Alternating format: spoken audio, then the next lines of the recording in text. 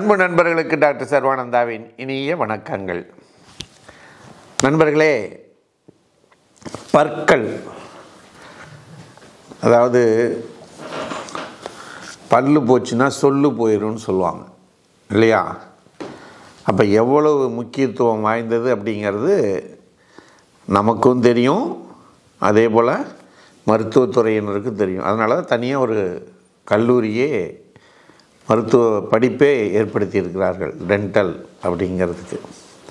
சரி, அதில் இன்றைக்கி நாம் என்ன டாபிக் பார்க்க போகிறோன்னா, டயாஸ்டிமா, கேப் பிட்வீன் டீத்ஸ். அதாவது இரண்டு பற்களுக்கு இடையே ஏற்படக்கூடிய இடைவெளி, அதுதான் டயாஸ்டிமா. இது ஏன் ஏற்படுது, எதனால் ஏற்படுது அப்படிங்கிறத பார்ப்போம். ஒன்று, இயற்கையாகவே பற்கள் முளைக்கும் பொழுது அந்த கேப்போட முளைச்சிரும் ஒன்று. ரெண்டாவது, இயற்கையான அளவில் பற்கள் முளைக்காமல் போயிடும் ரெண்டு. மூணாவது, இந்த குழந்தைகள் தவறான பழக்க வழக்கங்கள், என்னது, விரல் சூப்புறது, நாக்கை துருத்துறது, இதன் மூலமாகவும் இந்த பிரச்சனை ஏற்படும். அடுத்து இன்ஃபெக்ஷன் ஏற்படுறதுனாலையும் இந்த பிரச்சனை வரும். அது மட்டும் இல்லை, அந்த பற்களுக்கு இடையே கெட்டியான சதை வளர்ச்சி, லேபிளால் ஃப்ரெனம் அப்படின்னு சொல்லுவோம், அந்த சதை வளர்ச்சி ஏற்படுவதனாலையும் பற்களுக்கு இடையே இடைவெளி ஏற்படுவது சகஜமாக இருக்கிறது. அடுத்து, பற்கள் முளைக்காமலேயே போயிடுறது ஒன்று. இன்னொன்று, பற்கள் முளைத்து விழுந்து முளைக்காமல் போயிடும். இது எல்லாம் தான் காரணமாக அமைகிறது. இப்போ இது பார்த்திங்கன்னா என்னென்னா, பார்க்கறதுக்கு அழகாக இருக்காது, முகம் சிரித்தா அழகாக இருக்காது. அப்படியே அரிசி பொருளாக நல்லா சிரிக்கும் பொழுது இருக்கணும். கேப் இருந்துச்சுன்னா என்ன இருக்கும், நமக்கு பிரச்சனை இருக்கும். கேப் இருந்தால் என்ன பிரச்சனை அப்படிங்கிறதையும், அதனால் என்னென்ன பாதிப்புகளை நாம் பெறுகிறோம் அப்படிங்கிறதையும் இப்போ நாம் பார்க்கலாம். கேப் விழுந்துச்சுன்னா ஈறுகள் தேய்மானமாகும், ஈறுகளில் இரத்தம் அடியும், ஈறுகளில் இன்ஃபெக்ஷன் ஆகும், பற்கள் ஆட்டம் கொடுக்கும், கீழே விழுறதுக்கு கூட வாய்ப்புகள் இருக்குது, பேசுவதில் தடுமாட்டம் ஏற்படும். புரியுதுங்களா?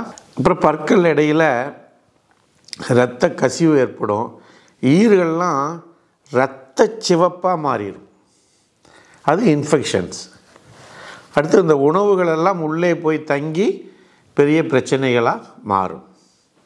சரி, இதை எப்படி சரி செய்வது அப்படின்னா, முதல்ல மவுத்தை பற்களை சுத்தப்படுத்தணும். காலையும் மாலையும் முறையாக பல் துலக்கிறத செய்யணும் ஒன்று. இரண்டாவது, வாய் கொப்பளித்து துப்பணும். சாப்பிட்ட பிறகு நல்லா வாய் கொப்பளித்து துப்பணும். காலையிலையும் சரி மாலையிலையும் சரி வாய் கொப்பளித்து துப்பணும். அப்போ பற்களில் பிரச்சனைகள் வராமல் நம்ம தடுத்து கொள்ள முடியும். குழந்தைகளாக இருந்தால் அந்த கை சூப்புறதையோ அல்லது நாக்கு துருத்துறதையோ நாம் தடுக்கணும். இது ரொம்ப ரொம்ப முக்கியம். அடுத்து, பல் மருத்துவர்கிட்ட போய் அதுக்குரிய கேப் அது மாதிரிலாம் ரீப்ளேஸ் பண்ணிக்கலாம். இதெல்லாம் செய்கிறது ரொம்ப உசிதமான ஒன்று.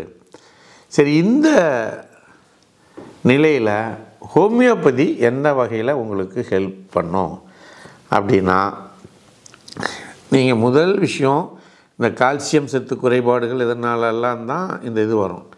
அப்போ என்ன பிரச்சனை அப்படிங்கிறத பல் டாக்டர்கிட்டையோ அல்லது ஹோமியோபதி டாக்டர்கிட்டையோ அல்லது நீங்கள் பார்த்துட்டு, இந்த பற்கள் போன வாரமே நம்ம சொன்னோம், எப்படி பற்கள் வரிசைகரமாக முளைக்கும் அப்படிங்கிறத பற்றி சொல்லியிருக்கிறோம். அப்படியெல்லாம் இருக்குது, அல்லது இந்த மாதிரி நான் சொல்கிற இந்த வீடியோவில் சொல்லக்கூடிய பிரச்சனைகள் இருக்குதுன்னா, நீங்கள் ஹோமியோபதி டாக்டர் பார்த்தீங்கன்னா, ஹோமியோபதியில் சிறந்த மருந்துகள் இருக்குது. Mercury solubilis, calcarea fluor, calcarea phos, plantago majus போன்ற பல மருந்துகள் ஹோமியோபதியில் இந்த பற்கள் முறையாக வளருவதற்கும் இந்த ஈறுகள் வெளியிட்டு பற்கள் முளைப்பதற்கும் காரணமாக இருக்கும். ஆகவே நண்பர்களே, ஹோமியோபதியை பயன்படுத்தி பற்கள் வரிசையை, முழுமையான பற்களை பெறுவதற்கு இறைவனிடம் பிரார்த்தித்து வாய்ப்பளித்த சர்வம் மற்றும் யோகம் யூடியூப் சேனலுக்கு நன்றி கூறி விடைபெறுகிறோம். நன்றி, வணக்கம்.